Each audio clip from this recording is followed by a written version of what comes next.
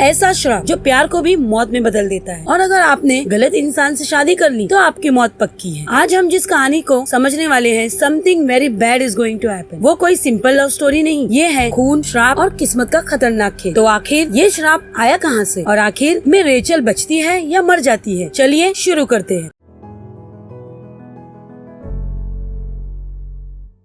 कहानी है दो लोगों की, रेचल और निक्की। दोनों 3 साल से साथ हैं और अब शादी करने जा रहे हैं। लेकिन ये शादी होने जा रही है एक ऐसे घर में जो दिखता तो गेस्ट हाउस है, पर माहौल पूरा भूतिया बंगला जैसा है। रेचल की जिंदगी शुरू से ही दुखों से भरी रही। उसकी माँ अलेक्जेंड्रा उसकी पैदाइश के वक्त ही मर गई और उसके पिता से उसका रिश्ता भी कुछ खास नहीं। अब कहानी में आता है सबसे बड़ा ट्विस्ट, एक खानदानी श्राप। सालों पहले एक औरत ने मौत से अपनी पति को वापस मांग लिया। मौत ने उसकी बात मान ली, लेकिन बदले में एक खतरनाक शर्त रखी। अगर उसके वंश में कोई भी इंसान अपने सोलमेट से शादी नहीं करेगा तो उसकी मौत हो जाएगी, और वो भी शादी के दिन खून के फव्वारों के साथ। यहीं पर आता है एक रहस्यमयी किरदार जिसे हम इमोर्टल मैन कह सकते हैं। ये आदमी 200 साल से भी ज्यादा पुराना है और उसी श्राप का शिकार है। उसने अपनी सोलमेट को छोड़ दिया और उसी गलती की वजह से ये श्राप एक पूरे नए खानदान पर ट्रांसफर हो गया। अब आते हैं सबसे खौफनाक सीन पर। 1997 में रेचल की माँ अलेक्जेंड्रा शादी करती है। उसे लगता है उसका पार्टनर ही उसका सोलमेट है, लेकिन वो गलत होती है। शादी के कुछ घंटे बाद ही उसकी आंख, नाक और मुंह से खून बहने लगता है और उसकी मौत हो जाती है। लेकिन मरने से पहले उसका पति उसका पेट काटकर बच्ची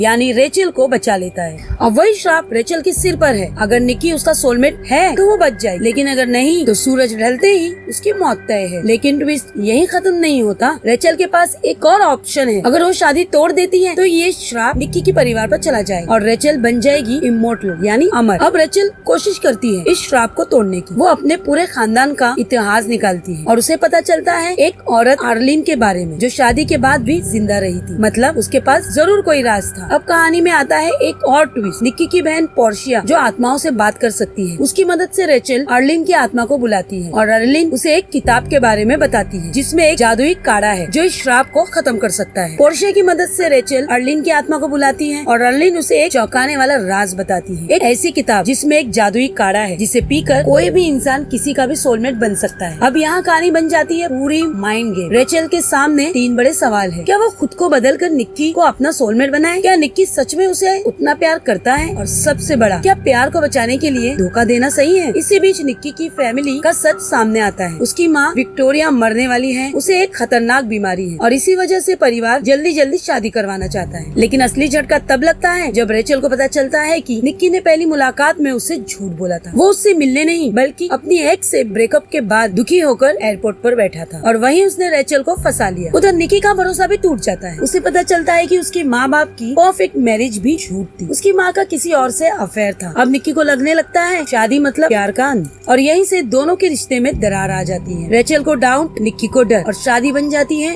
एक बोझ। आखिरकार शादी का दिन आ जाता है, लेकिन निक्की सबके सामने रिंग पहनने से मना कर देता है क्योंकि उसे लगता है शादी ही असली श्राप है। इसी बीच इमॉर्टल मैन भी वहाँ पहुँच जाता है। उसे पता है आज खून की होली होने वाली है और जैसे ही सूरज ढलता है पूरा खानदान एक एक करके खून उगलना शुरू कर देता है और देखते ही देखते पूरा परिवार खत्म होने लगता है। निक्की की माँ विक्टोरिया भी मर जाती है, लेकिन उसका पति बच जाता है क्योंकि वो उसका सोलमेट नहीं था। उधर जूलियस और उसकी पत्नी जो पूरी जिंदगी लड़ते रहे, आखिरी वक्त में समझते हैं वो सच में एक दूसरे के सोलमेट थे। लेकिन पोर्शिया इतनी खुशकिस्मत नहीं हुई, उसके छुप कर शादी की थी और वो उसका सोलमेट नहीं था, इसलिए उसकी भी दर्दनाक मौत हो जाती है। इसी बीच जूल्स का बेटा टेबल के नीचे छुप जाता है, बिल्कुल वैसे ही जैसे बचपन में जूल्स छुपा था जब उसने रेचल की माँ की मौत देखी थी। अब जाकर निक्की को सच्चाई समझ आती है और उसका परिवार जबरदस्ती उसकी और रेचल की शादी करवा देता है। लेकिन बहुत देर हो चुकी होती है, सूरज ढल चुका था और श्राप अपना काम कर चुका था। शादी के बाद रेचल भी खून बहाने लगती है, लेकिन वो मरती नहीं है क्योंकि वो सच में निक्की को अपना सोलमेट मानती थी। असल ट्विस्ट यहाँ है, रेचल ने सूरज ढलने से पहले ही शादी तोड़ दी, जिसकी वजह से श्राप पहले ही निक्की के खानदान पर ट्रांसफर हो चुका था और अब रेचल बन चुकी है इमॉर्टल। अगली सुबह रेचल उठती है, वो अपनी शादी की रिंग फेंक देती है और अकेले वहाँ से निकल जाती है। अब ना वो शादी में यकीन करती है, ना ही किसी श्राप में। वो अपनी जिंदगी अपने नियमों पर जीना चाहती है। आखिर में हमें एक लंगड़ी लोमड़ी दिखाई जाती है जो उस जाल से बच जाती है जो उसके लिए बिछाया गया था, और इस कहानी में वही लोमड़ी है रेचल। तो दोस्तों, ये सिर्फ एक हॉरर कहानी नहीं थी, ये कहानी थी प्यार, डर और आजादी के बीच की लड़ाई की। अगर आपको ये वीडियो पसंद आई हो तो लाइक, शेयर और सब्सक्राइब जरूर करना, और हाँ, बेल आइकन दबाना नहीं भूलना, क्योंकि ऐसे ही खतरनाक कहानियों में आपके लिए लाती रहूंगी। तब तक के लिए